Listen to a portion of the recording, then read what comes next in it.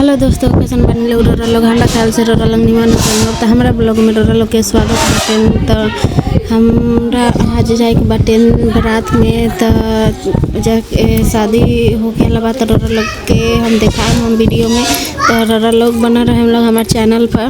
तो चलिए हम रोरा लोग के दिखा। तो हम निकल गए बानी सन घर से और बानी से रास्ता में जाता नहीं शादी में जन की जहाँ शादी होके लगा रसीदपुर जगह हटन तो बनल रहे हमारा चैनल पर। तो हमने के पहुँच गए बानी सन घर जहाँ शादी होगा था।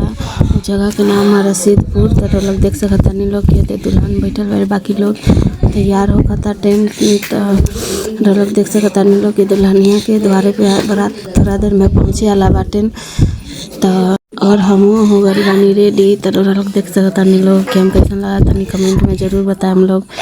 तो सारा कोई तो फाइनली दुल्हन रेडी हो चुकल बारी। रोरा लोग देख सकता नहीं लोग कि दुल्हन के मेकअप पता सुंदर भल बा जयमाला खातिर।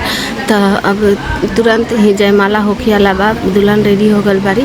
तो चलिए हम जयमाला के भी वीडियो दिखाओ तनी रोरा लोग के। तो दुल्हन के स्टेज पर ले चल जाता जयमाला खातिर। तो लोग देख सकता नहीं लोग कि दुल्हन के भाई लोग चुनरी पकड़ के खड़ा बाटे।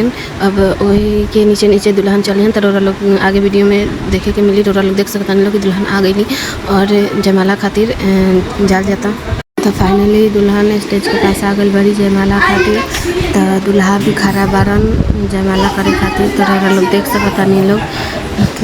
और पार्ट 2 जल्द ही आवे वाला बाटे शादी के इस जयमाला के ही इतना भर के वीडियो बाटे। तो अगला वीडियो जरूर देखें हम लोग। गाँव के शादी के बात ही कुछ अलग होकेला, एकर आनंद ही कुछ अलग होकेला। रोल लोग एक बार वीडियो जरूर देखें हम लोग, फिर रोरा लोग के समझ में आ जाए कि गाँव के शादी और